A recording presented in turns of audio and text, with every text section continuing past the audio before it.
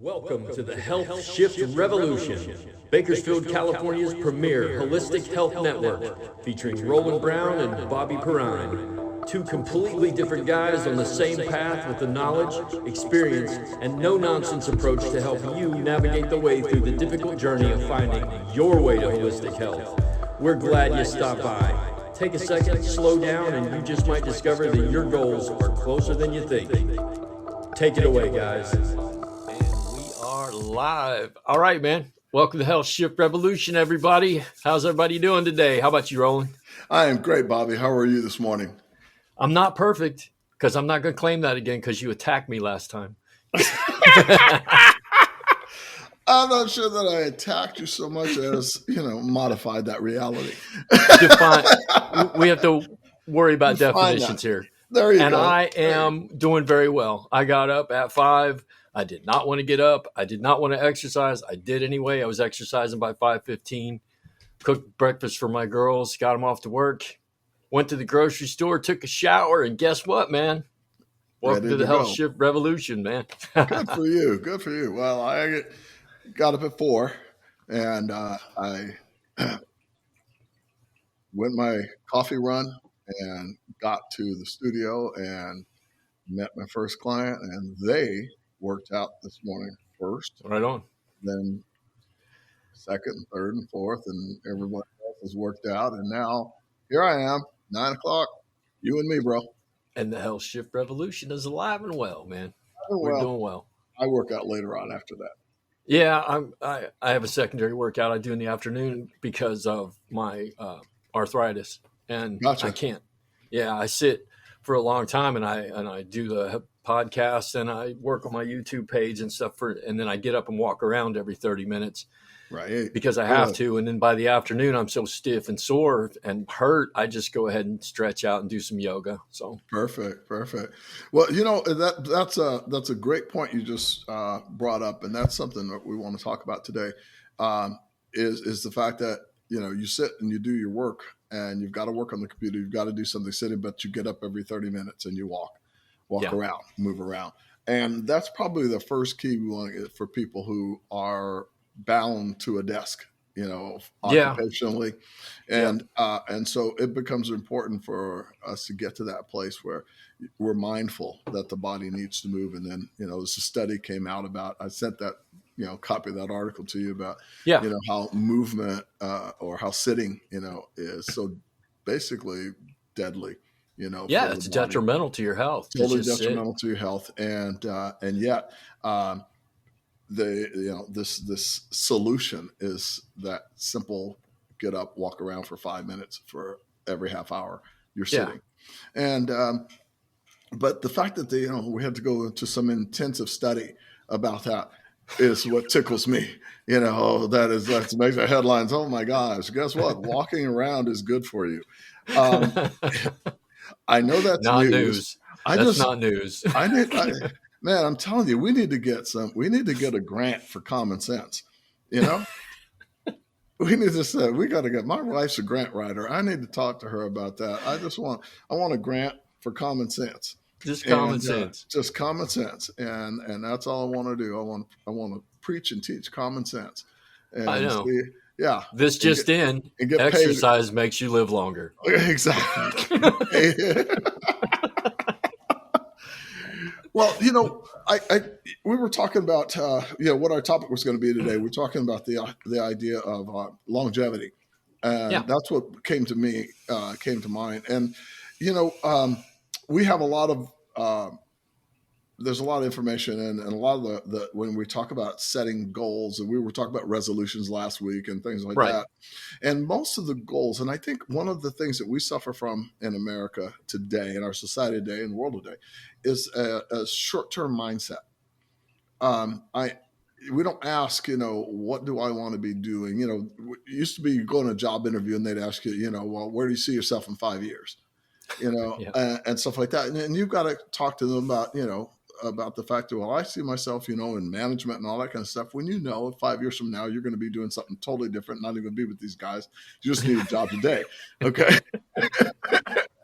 But you know how to play the game. Absolutely. But the question that no one seems to ever ask is, how do you want to be 5 years from now? Yeah. I like that better than where do you see yourself in 5 years? It's like that thing that when people ask me how I am, I always say, "Are you happy?" Right. It goes deeper than where am I going to be in 5 years. It's how Yes, am I going to feel in 5 years? What's exactly. going to happen? What am I Yeah. going to be capable of in 5 years? Hmm. So this, my hope today is we get people to start getting a vision for their physical well-being.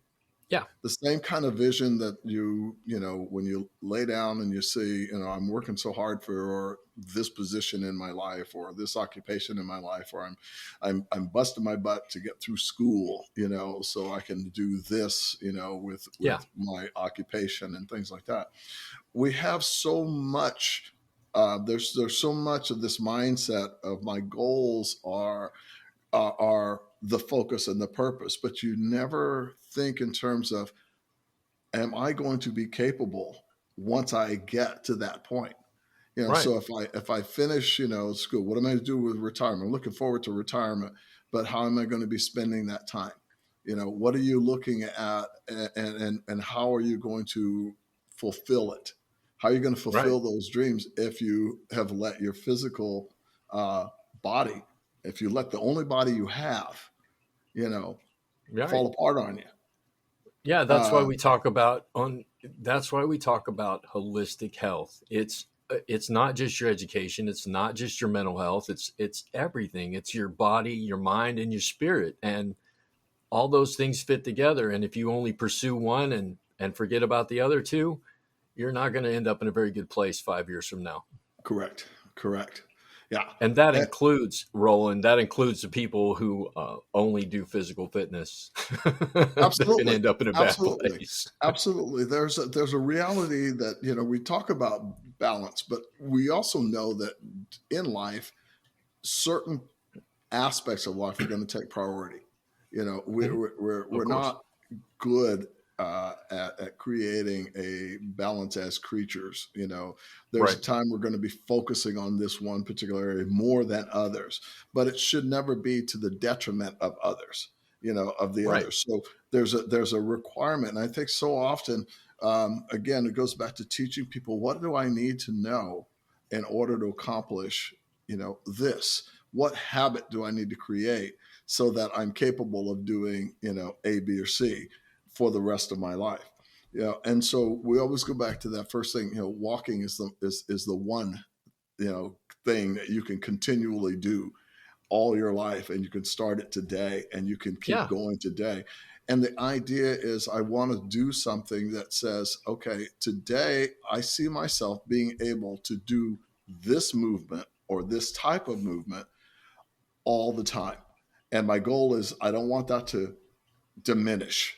Right. So if I'm going to do this, I'm going to train myself in this way. I'm going to get out and I'm going to walk every day. So if I walk 3 miles a day or 2 miles a day or whatever it is, then I'm going to walk those 2 miles in a way that's intensive enough for me to continually produce benefit.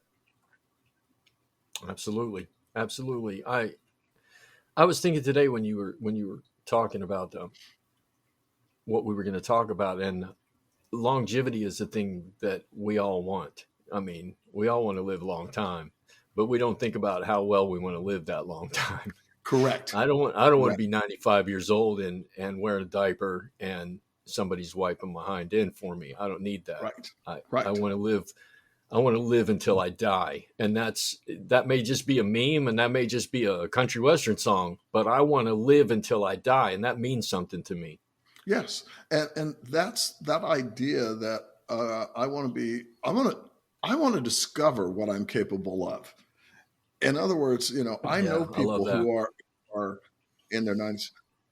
My father-in-law, we play cribbage a lot together. Okay. And so I was over at the house the other day. Remember last week, it was really windy. We had a really windy day, Yeah. and we were concerned about the gusts and stuff like that. Well, he was concerned about, this piece of foam that he had covering an area on the roof that he was concerned it would blow away, but it's necessary because of the rain and stuff. He had it up there, and he lives in a nice 2-story house, and everything else.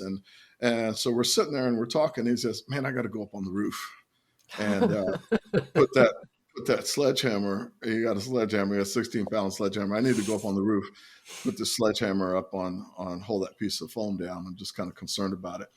And I'm sitting there and I'm looking at him and I'm like, "You're not going up on the roof." He's like, "Yeah, man, I got to go up there." And Yeah, he is. okay, now he's 90. My father-in-law is 90. Okay. And he lives by himself and he does his stuff. And he's got this big property and he is one of the most incredibly capable people I have ever met. And yet he's 90. So I know he will do that. I know he will carry a 16-pound sledgehammer up a ladder, throw it up there, step up on the roof, and he will go up there. I know he will do it at the pace that he can do it. But I know that if I don't intercede, he will do it. And so I said, "Man, I'll take care of that for you." Okay. Now, I haven't been on a roof since I was a teenager. I pay people to go on the roof. Okay? I have no need to climb up on a roof, especially on a 2-story house. Okay. Right. That means I got to go one level up and then I got to go up the other level because that's where the problem was.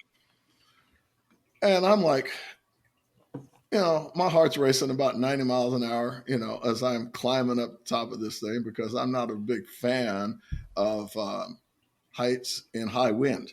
I can go up on stuff, but I like rails and windows around me when I'm up high. So, so I get up on top of the roof. I get up on the first level and I was like, "All right, that ain't bad. Yeah, cool." And I go up and I look over the car and there's another ladder that he has set up to go from the first level to the second level. Right on. Okay. So now I got to go up another ladder to go up on the other side. That ladder's not on the ground. That's the thing. that's on the roof. That's on the roof on the second level. Yeah. That's beautiful. So I go up and get down. Now the whole thing takes me about literally 5 minutes. It felt like an hour, but it only took me about 5 minutes to clamber up and clamber down. But it was hilarious, and I'm looking at this and realizing that the foam piece that's up there, he climbed up there and put it up there. The other stuff that's up there already, he had already done this. Now he does this stuff because we don't know it, but he had already done everything. I just happened to be there when he made the announcement that I need to do this, and so I could volunteer to take care of that for him. Right. But the reality is, however many months ago he decided that needed to be put up there and stuff. He had already done all that. Well, here's the funny thing. 90. You said he's 90, right? He's 90. And everybody's like, "Man, that old man can get up there. That's cool." But here's the reality of the situation. Even at your age, men can't do that. That's the thing. You know what, Bobby? That's the sad part. That is true. That is true. Yeah. At 68. So you doing it was phenomenal. Him doing it was amazing. You're like, what? Yeah. I guess, I had not even thought about it like that. Right. That had not even crossed my mind. The fact that, there's a 23-year age difference between the two of us. And I'm like, I'm the kid. That old man's got no business climbing up there. Right. Because I never think of myself as an old guy. Right. It doesn't register in my brain that I, couldn't do that. Exactly. That's right funny. there. That's the thing that people look at me and they're like, "You're 60. You're almost 60 years old, man. What are you doing?" And I'm like, "What I've always done." What I've always done. I was hurt for a little while, for 10 years, but I'm back. I mean, whatever. Right. So 50, 60, 70, 80, 90. Think about it, man. You're going to live a long ass time. And if you don't take care of yourself, you're not going to be able to go up and put a 16-pound sledgehammer on the roof when you're 90 years old. Exactly. And it's funny because I realized something, because this is something I preach, constantly. As I said, there's a 23-year age difference between myself and my father-in-law. My mother's also 90 years old, and she's just as active. She'll never go on a roof anyway, but that's a different story because she's a lady. She said she doesn't think that way. Okay, and she's capable, but she's like, No. Right. She didn't do that when she was 20. And so, but the thing I realized, I tell people all the time, my clients who are starting, in their 50s, and my clients who are starting in their 40s and their 50s and things like that, they have parents who are in their 70s and 80s and 90s like I do. Right. And your reality is, if you have an active parent who is 20 plus years older than you, then you can see the minimum level of activity that's capable for you. Okay. However, you've got 20 plus years of training ahead of you. Right. Imagine what you could be when you get to be that age. And that's how I see it. When I look and see, how well my father-in-law and my mother live life today at 90. And I realize that with my knowledge and with my current training regimen, just doing what I do today, I would be so much greater in terms of quality of life and quality of movement, obviously barring anything unforeseen. But if just life just kept going on as it is, 23 years more of training from now is what I have under my belt. My body at 90 is going to be amazingly surprising. Amazing. Yeah. And that's the thing that I talked about last time we talked on the guitar. It's the same thing. It's exactly. like, you can lament all you want. I wish I would have stayed in shape in my 40s. Right. Well, get in shape now. It's still, you have 2 decades, and 2 decades of playing the guitar I'm going to be an amazing guitar player. Exactly. That's just the way it is. I'm going to have amazing health. And these are the things that we need as a culture to reinstill in our youth and reinstill in everyone. You have so much capability, and you're just wasting it. Right. You're just wasting it. And and it's that second part of instilling this in our youth. It becomes incumbent upon us to demonstrate a life well lived when it comes to our physical well-being, so that we can pass that on to our children and grandchildren. As I said, I've got my grandson's 15 months old. My first grandson's 15 months old. Okay. He's going to be a teenager, at the time when I'm almost 90. I still won't even be 90 when he's 16. But the reality is that I'm going to be in my 80s. And I want to be able to do things with him that are physical, that are fun. I want to be able to go with them. They go hiking. My son-in-law, they like to hunt. They do this stuff. If they just want to be able to go out wherever, if I want to take him somewhere, if we just want to go to a game or go to a museum or go somewhere, I want to be able to, my goal is to keep up. Yeah. And actually to do more than keep up. My goal is to lead. I want to be in front. Follow me. Let's go this way.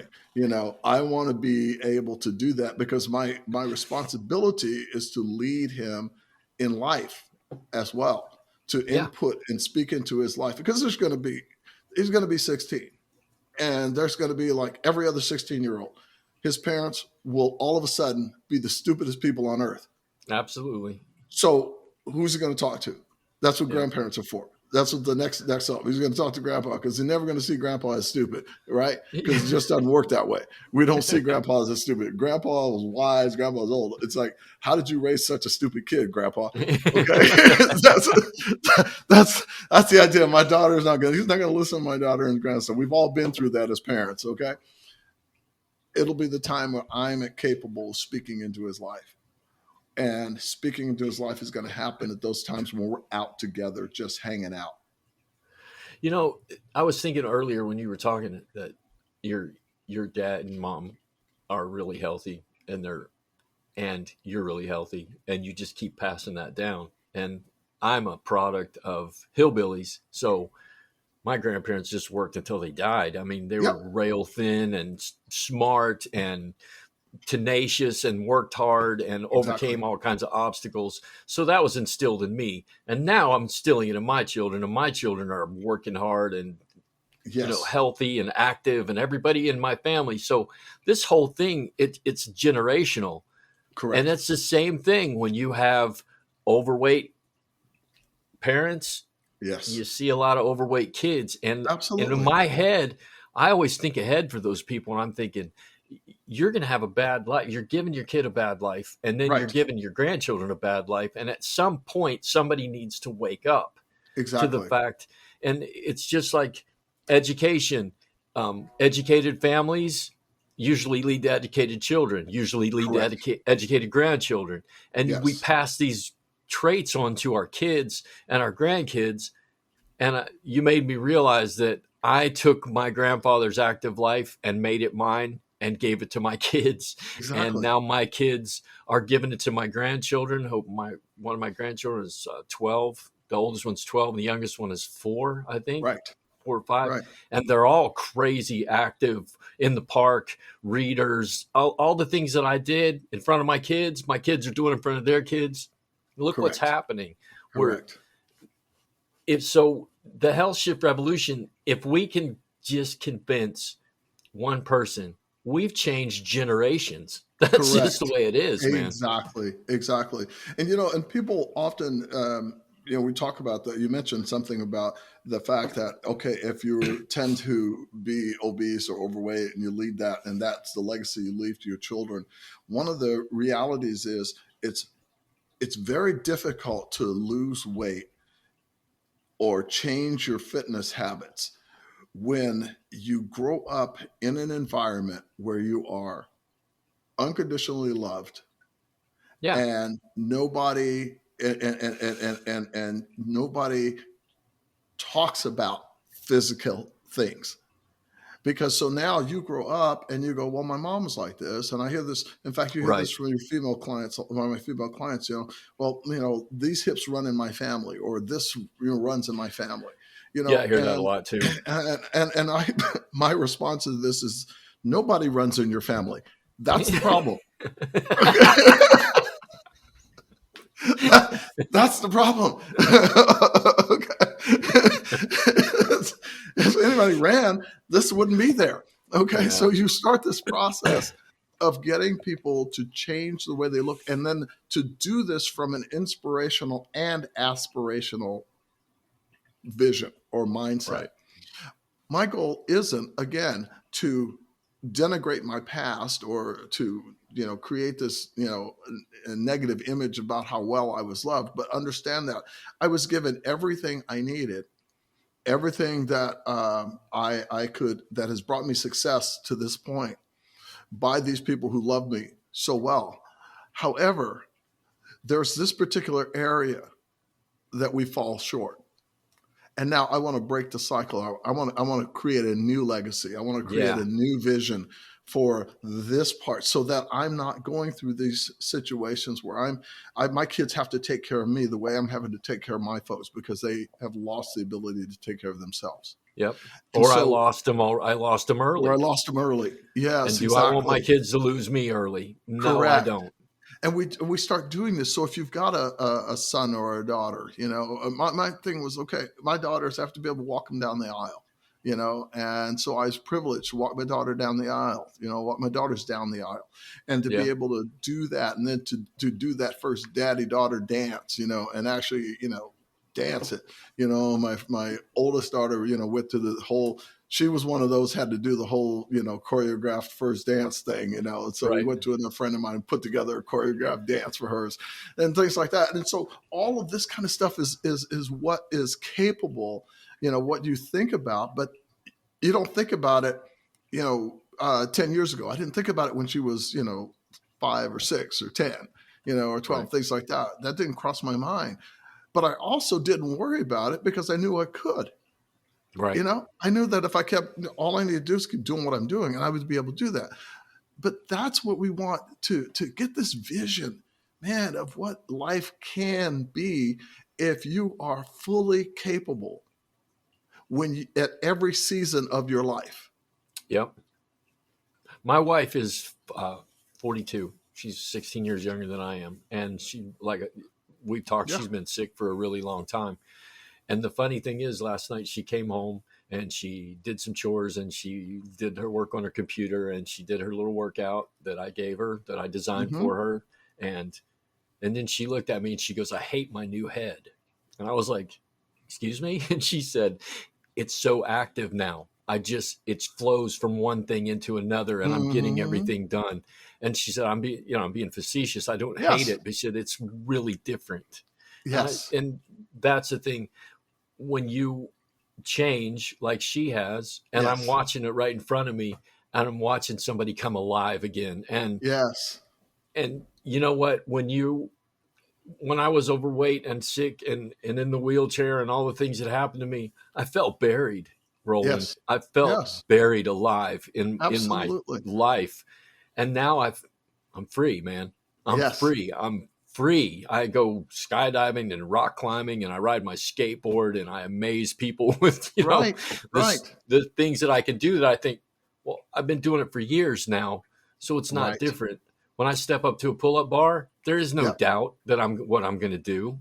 Right. So I'm watching her come alive. I'm watching her change, and watching a smile come back and a sparkle in her eye. And Yes. that's beautiful. And I think if everybody could just come to the conclusion that you're going to leave a legacy no matter what you do, you're going to give Yes. something to your kids no matter what you do.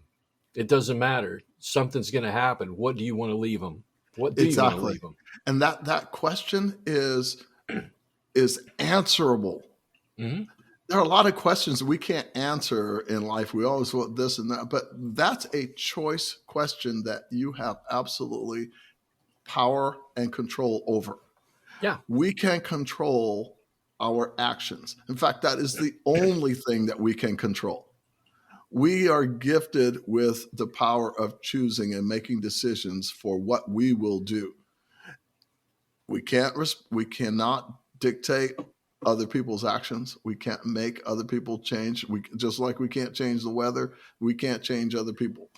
But we Right. can change ourselves and inspire others to follow. And Yes. that is the key here. It's like, no, you can't make anybody work out, but you can work out until someone asks you, "Hey, I want to do that." You Yeah. become first and foremost what you want to see.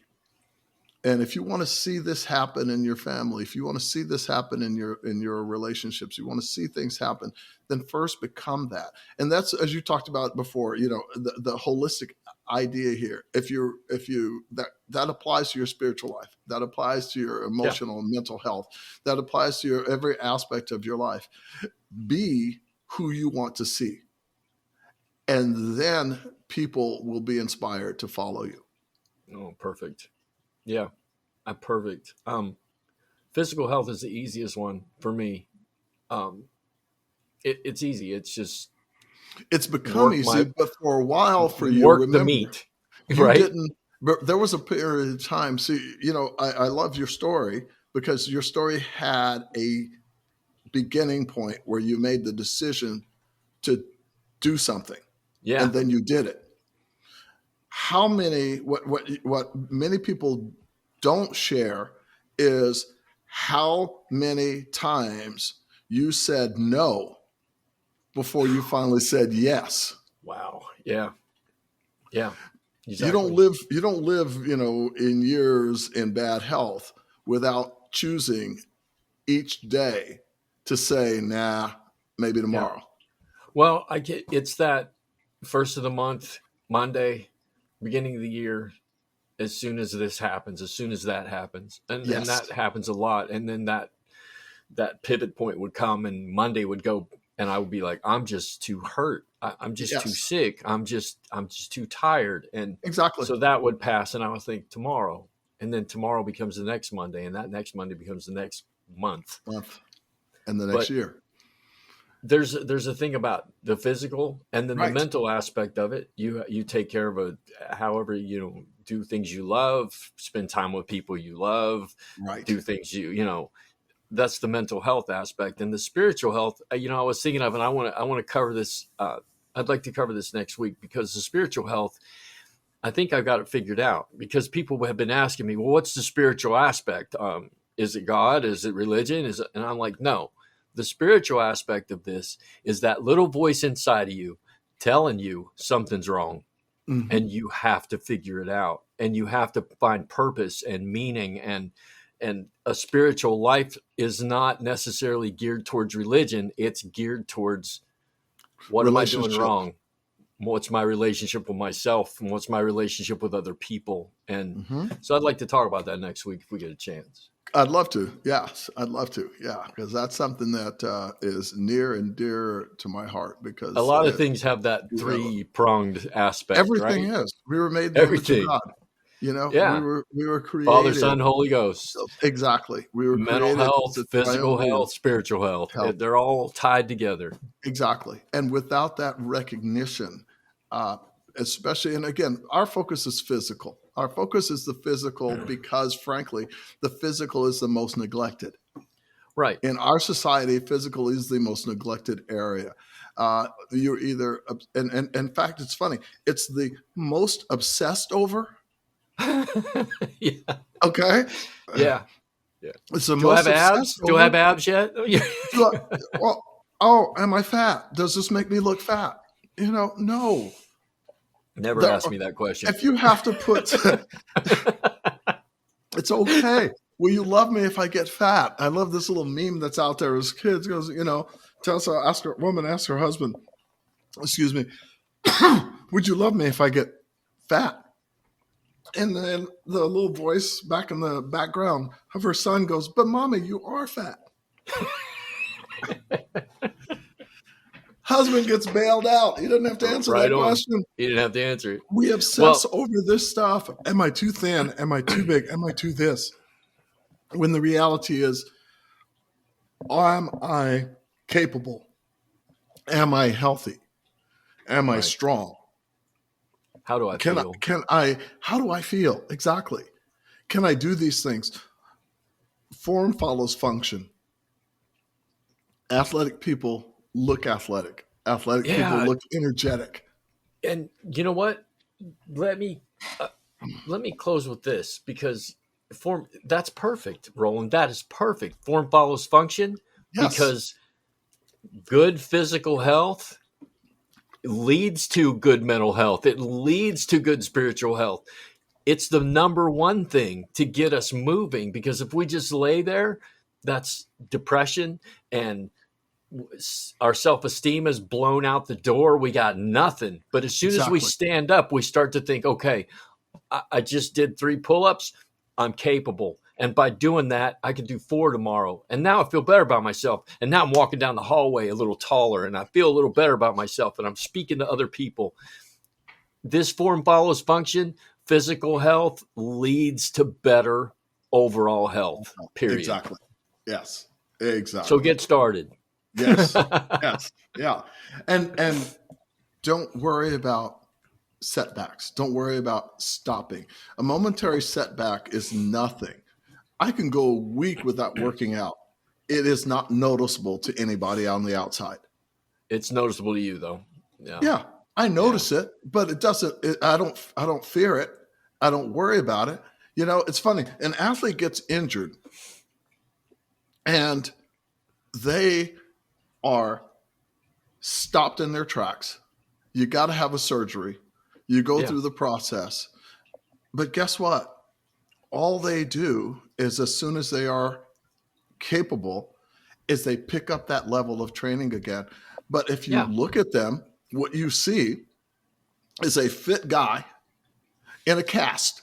Exactly. And I've been there many, many times. Okay. But you don't sit there and look at this guy and go, oh man, dude, you're just falling apart. No. All of a sudden you got fat over last week. Exactly. It doesn't happen that way. There's a built-in reality. And so that's what we're trying to get people to understand about longevity and legacy.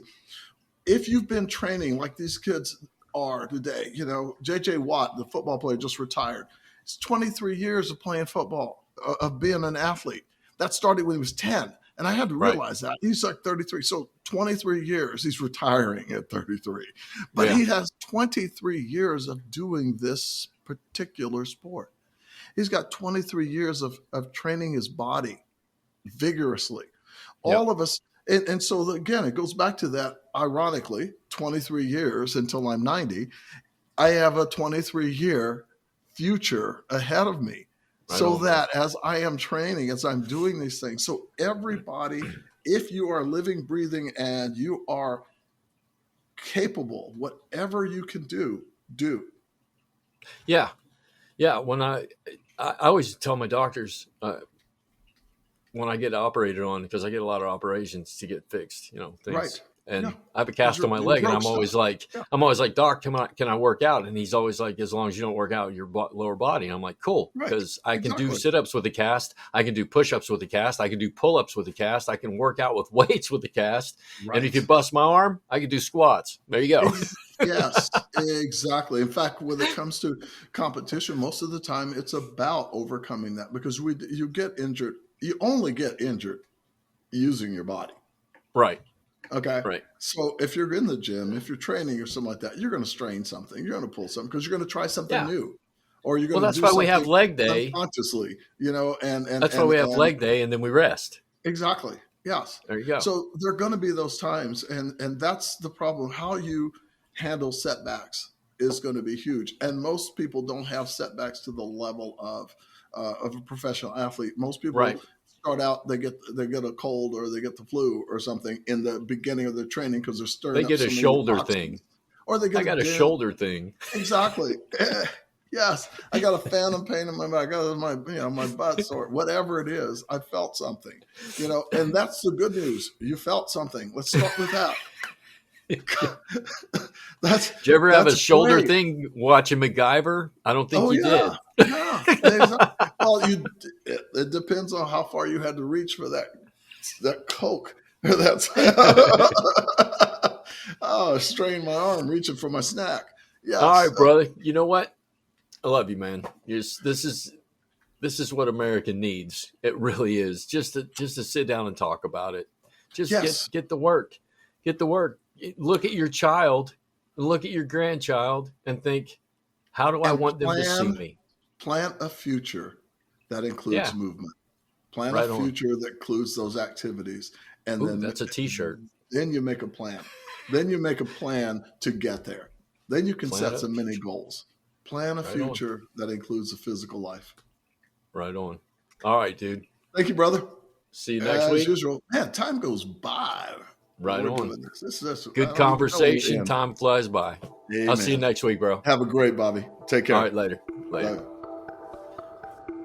Hey, thanks for stopping by. Roland and I are grateful for the time you spent with us today. If you liked it, subscribe, because we'll be back every week to offer up that rational and reasonable advice on discovering your individual path to holistic wellness. It's time you join the revolution. See you next week.